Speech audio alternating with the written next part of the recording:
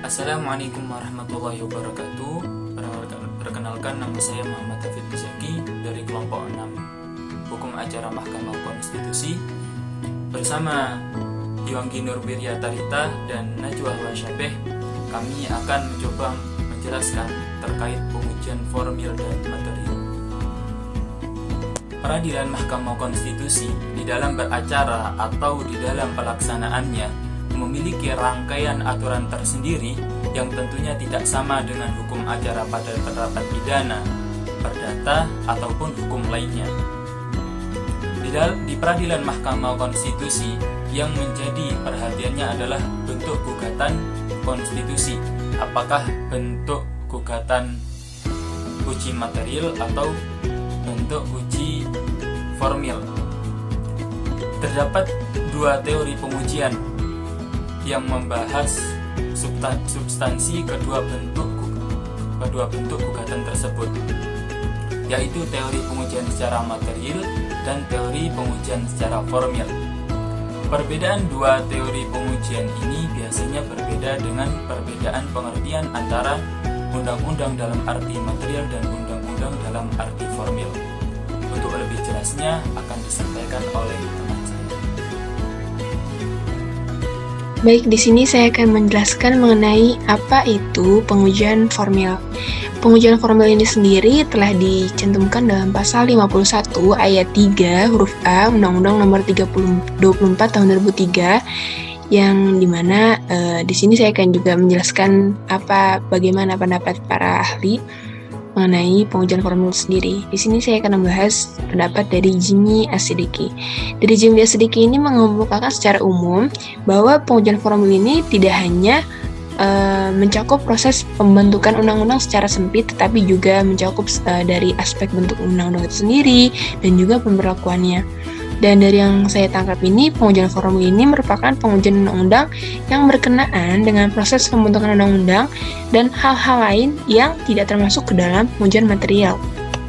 Nah, terus mengenai implementasi formil sendiri, saya akan menjelaskan contoh yang telah terjadi, yaitu dalam kasus pengujian formil dalam putusan Mahkamah Konstitusi nomor 79 PUU XII 2014.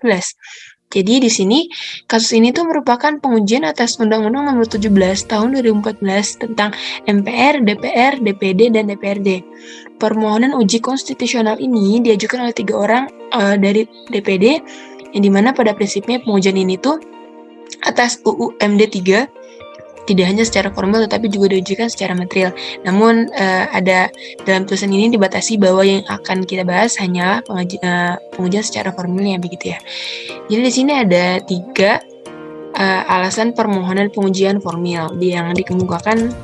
Pertama yaitu ketidaksesuaian bentuk format dan struktur UUMD 3 sebagaimana ditentukan dengan UUD 1945.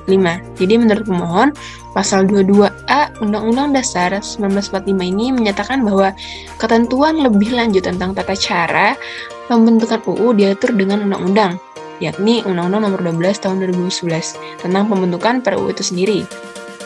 Nah, di sini oleh karena itu ketidaksesuaian bentuk format dan struktur akuo adalah bertentangan dengan asas kesesuaian antara jenis hierarki dan juga materi muatan, ya sebagaimana telah diatur dalam pasal 5 huruf C UU P3 dan lampiran 2 angka 201 dan 205 UU P3. Nah, itu yang pertama ya. Terus yang kedua ini ada ketidaksesuaian. Yang kedua ini juga ada ketidaksesuaian kewenangan lembaga yang mengambil keputusan dan juga proses pembentukan undang-undang tersebut, Undang-Undang UUD 1945 yang yakni pada pasal 22D ayat 1 dan juga ayat 2 UUD 1945. Dan yang terakhir ini ada ketidaksesuaian pelaksanaan tata cara atau prosedur pembentukan undang-undang, baik dalam pembahasan maupun dalam pengambilan keputusan atas rancangan undang-undang menjadi UUMD 3 dan UUD 1945. Dalam pertimbangan hukumnya, MK ini menyatakan bahwa pemohon ini sebenarnya memiliki legal standing untuk mengajukan pengujian permohonan akuo, yaitu pemohon adalah lembaga negara yang mengalami rugi secara konstitusional dengan ditiadakannya wewenang konstitusional itu sendiri, yang dimana pemohon ini ikut serta dalam proses pembentukan UUMD 3. Nah, Jadi sebelum dijatuhkan putusan dalam persidangan MK, mendengarkan keterangan dari pihak pemerintah dan juga dari DPR yang terlibat dalam UU Akuo. Nah, jadi dari DPR ini sendiri memberikan keterangan bahwa pengujian formil UMD 3 telah sesuai dengan pasal 20 dan pasal 22A Undang-Undang Dasar 1945, yaitu memenuhi dua hal. Pertama, lembaga negara yang berwenang dalam proses pembentukan adalah DPR. Terus yang kedua, terkait dengan proses pembahasan RUU dijabarkan dalam pasal 66 dan pasal 67 UU P3 dengan tidak diikutsertakannya DPD dalam pembicaraan tingkat 2 UU Akuo, karena menurut DPR UU UMD 3 ini sendiri nih nggak termasuk dalam lingkupnya DPD gitu. Terus ada lagi, dalam perjalanannya persidangan MK, pihak DPD mendatangi saksi yakni sebanyak 8 orang, yaitu ada Saldi Isra, Zainal Arifin Mukhtar, Yuliandri Marwara Rusyahan, Refli Harun, Ronald Riviandri, Nikmatul Huda, dan Dian Puji Simatupang. Nah, dalam pengujian formil UMD 3 tersebut mengenai pembicara salah satu saksi yakni Saldi Isra, dia tidak mengkritisi pengujian formil UMD 3, namun beliau menegaskan bahwa tujuan permohonan DPD sangat sederhana, yaitu MK dengan segala kewenangannya mengembalikan semangat pembaharuan dalam putusan MK yang telah disebutkan, yaitu nomor 92/PUU/X/2012, dengan kata lain menghidupkan kembali tripartit dalam legislasi, yaitu Presiden, DPR, dan DPD. Bertolak dari itu, Mahkamah Konstitusi melakukan pengujian konstitusional terhadap UU yang telah disebutkan secara formil dan material. Nah, jadi ketika sudah diuji tersebut, maka pengujian itu tidak terbatas pada apa yang tertulis dalam Undang-Undang Dasar. Sebab Undang-Undang Dasar itu hanyalah sebagian dari konstitusi yang tertulis gitu kan. Nah, mencermati dari konsep di luar naskah UUD 1945, muncullah pertanyaan apakah peraturan tata tertib DPR tepat dijatuhkan batu uji oleh MK untuk menguji konstitusionalitas UMD 3 secara formil. Nah, jawabannya adalah pada akhirnya MK memutuskan bahwa permohonan dari pemohon itu dalam pengujian formil tidak dapat diterima, namun terdapat dissenting opinion dari dua hakim MK, yaitu Arif Hidayat dan Maria Farida, yang dimana menurut kedua hakim tersebut pengujian formil terhadap UU 17/2014 ini seharusnya dikabulkan dan UU Akuo dinyatakan tidak mempunyai kekuatan mengikat. Nah, dari keputusan ini sendiri, maka dari kedua hakim tersebut menyatakan bahwa UU P3 sebagai batu uji terhadap pembentukan UU Akuo secara formil. Jadi bisa disebutkan bahwa apa yang diajukan oleh para pemohon ini ditolak oleh kedua hakim MK tersebut. Sekian dari saya. Selanjutnya akan disampaikan materi oleh anggota yang lain. Terima kasih. Oke, saya Yuanggi Nergeria Tarita akan melanjutkan pembahasan berikutnya. Nah, jadi pada pembahasan yang kedua tentang pengujian material. Apa sih yang dimaksud dengan pengujian material itu?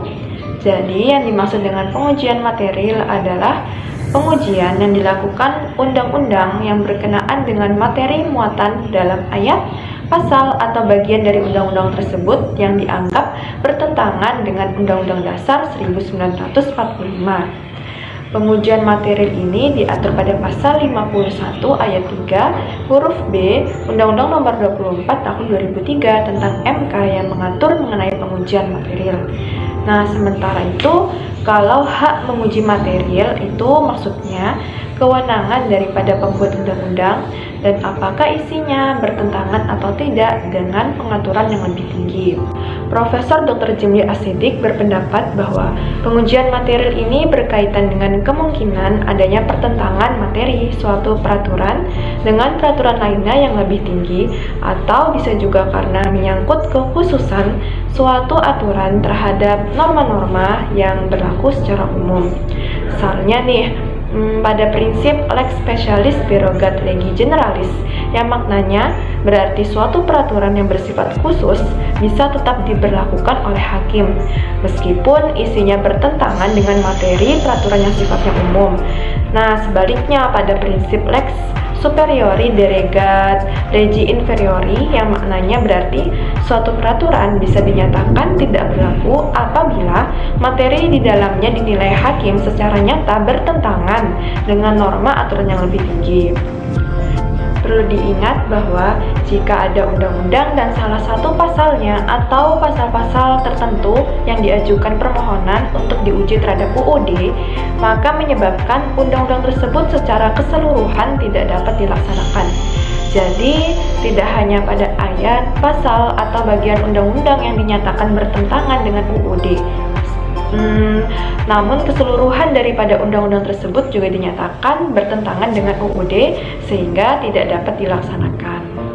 Adapun untuk implementasi atau penerapan daripada pengajuan material ini, misalnya nih pada kasus RUU Cipta Kerja yang seperti kita ketahui menuai kontroversi di kalangan praktisi dan akademisi hukum maupun publik secara umum. Bukan hanya karena materi muatannya saja yang sangat raksasa, tetapi juga karena proses legislasinya. Dalam uji material, objek pengujian adalah materi muatan undang-undang. Jika hakim memutuskan bahwa pasal-pasal yang diuji itu inkonstitusional, maka pasal-pasal tersebut akan batal. Putusan Mahkamah Konstitusi bersifat final dan mengikat, sehingga langsung berlaku tanpa perlu dikukuhkan lagi melalui undang-undang baru. Putusan uji materi atau Judicial Review (MK) mengatakan bahwa UU Cipta Kerja itu inkonstitusional bersyarat, yang menimbulkan kesan tidak konsisten, menimbulkan ketidakpastian hukum, bahkan menjadi sumber munculnya perselisihan dan penuh dengan keambiguitasan. Dari pengujian material, menurut para pemohon, muatan materi bagian kedua bab 4 Undang-Undang Cipta Kerja itu bertentangan dengan pasal 27 ayat 2, pasal 28, pasal 28D ayat 1 dan ayat 2, pasal 28G ayat 1, pasal 28H ayat 4, pasal 28I ayat 2, pasal 33 ayat 1, UUD 1945. Bukan hanya itu, Cipta Kerja ini karena mendegradasi hak-hak asasi pekerja dan serikat pekerja dari yang telah diatur Undang-Undang Nomor 13 Tahun 2003 serta juga bertentangan dengan filosofi Pancasila dan secara sosiologis muatan materinya itu tidak sesuai dengan kebutuhan masyarakat, pekerja atau buruh. Juga karena menimbulkan kekosongan hukum di bidang hubungan industrial. Selain daripada itu, Cipta Kerja ini materi muatannya bertentangan dengan asas pembentukan peraturan perundang-undangan, hak asasi manusia, dan sejumlah instrumen hukum internasional, contohnya seperti Konvensi ILO dan juga DOHAM.